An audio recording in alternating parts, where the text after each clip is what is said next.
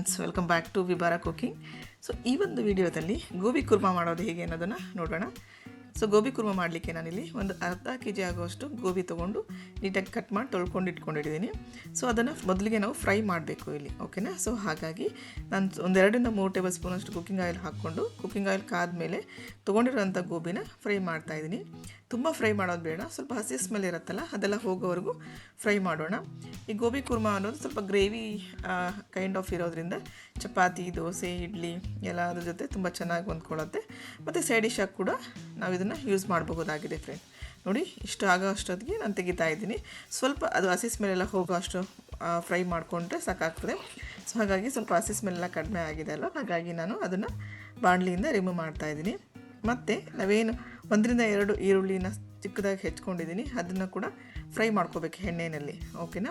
So ಚೆನ್ನಾಗಿ fry ಮಾಡಿಕೊಂಡು ನೋಡಿ, ಈ ರೀತಿಯಾಗಿ ಸ್ವಲ್ಪ ಅದು ಬ್ರೌನ್ ಕಲರ್ ಬರಬೇಕು ಹಾಕಿರೋವಂಥ ಈರುಳ್ಳಿ. ಯಾಕಂದರೆ ನಾವು ಇದನ್ನು ಒಂದು ಗ್ರೇವಿ ಥಿಕ್ನೆಸ್ ಬರಲಿಕ್ಕೆ ಗ್ರೈಂಡ್ ಮಾಡಿ ಹಾಕೋದಿದೆ, ಹಾಗಾಗಿ, ಓಕೆನಾ.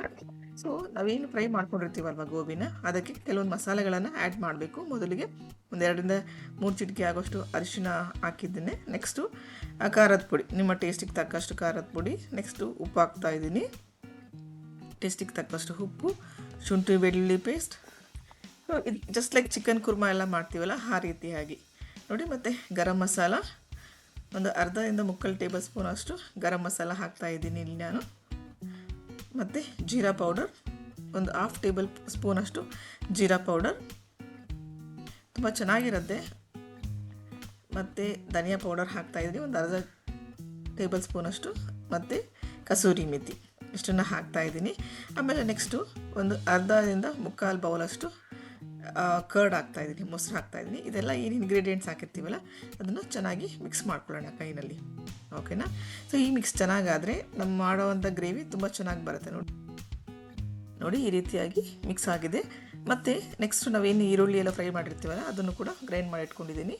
ಇನ್ನೊಂದು ಕಡೆ ನಾವು ಕಲಸಿರೋವಂಥ ಮಿಕ್ಸ್ನ ಇನ್ನು ಬಾಣಲೆಯಲ್ಲಿ ಹಾಕ್ಬಿಟ್ಟು ನಾನು ಫ್ರೈ ಮಾಡಲಿಕ್ಕೆ ಸ್ಟಾರ್ಟ್ ಮಾಡಿದ್ದೀನಿ ಫ್ರೆಂಡ್ಸ್. ಸ್ವಲ್ಪ ನೀರು ಹಾಕ್ಕೊಳ್ಳಿ ಸಾಕು, ತುಂಬ ಜಾಸ್ತಿ ನೀರು ಬೇಡ, ಯಾಕಂದರೆ ಆಮೇಲೆ ಆನಿಯನ್ ಹಾಕಿದಾಗ ನಾವು ಇದು ಮಾಡ್ಕೋಬಹುದು. ನೆಕ್ಸ್ಟ್ ಟೊಮೊಟೊ ಸಿರಪ್ ಮಾಡ್ಕೋತಾ ಇದ್ದೀನಿ. ನೋಡಿ ಈ ರೀತಿಯಾಗಿ ಟೊಮೊಟೊ ಸಿರಪ್ ಕೂಡ ಮಾಡ್ಕೊಂಡಿದ್ದೀನಿ.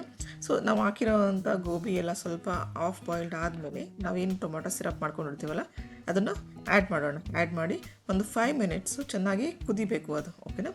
ಆ 5 ಮಿನಿಟ್ಸ್ ಕುದ್ದಾದಮೇಲೆ ನಾವೇನು ಆನಿಯನ್ ಫ್ರೈ ಮಾಡಿರೋದು ಪೇಸ್ಟ್ ಮಾಡಿರ್ತೀವಲ್ಲ ಅದನ್ನು ಹಾಕೋಣ.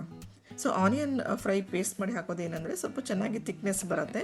ಮತ್ತು ಕುರ್ಮಾ ಅಂದರೆ ಯೂಶಲಿ ಸ್ವಲ್ಪ ಸೆಮಿ ಗ್ರೇವಿ ಆಗಿರಬೇಕಲ್ವ, ತುಂಬ ತೆಳ್ಳಗಿದ್ರೂ ಚೆನ್ನಾಗಿರಲ್ಲ, ಮತ್ತು ತುಂಬ ಗಟ್ಟಿ ಆಗಿದ್ರೂ ಚೆನ್ನಾಗಿರಲ್ಲ. ಹಾಗಾಗಿ ಸೆಮಿ ಗ್ರೇವಿ ಒಂದು ಆ ಕನ್ಸಿಸ್ಟೆನ್ಸಿ ಬರಬೇಕಲ್ಲ, ಹಾಗಾಗಿ ಸ್ವಲ್ಪ ಆನಿಯನ್ ಗ್ರೇವಿ ಮಾಡಿಕೊಂಡ್ರೆ ತುಂಬ ಚೆನ್ನಾಗಿರುತ್ತೆ ಆನಿಯನ್ ಪೇಸ್ಟ್ ಮಾಡಿ ಹಾಕಿದ್ರೆ. ನೋಡಿ ಫ್ರೆಂಡ್, ಆಲ್ಮೋಸ್ಟ್ ನಮ್ಮ ಒಂದು ಕುರ್ಮಾ ರೆಡಿ ಆಗ್ತಾ ಇದೆ.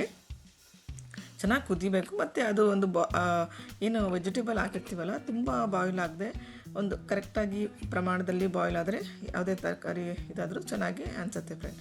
ಸೊ ನೋಡಿ, ನಮ್ಮ ಕುರ್ಮಾ ಒಂದು 10 ಮಿನಿಟ್ಸಲ್ಲೇ ರೆಡಿಯಾಗಿದೆ.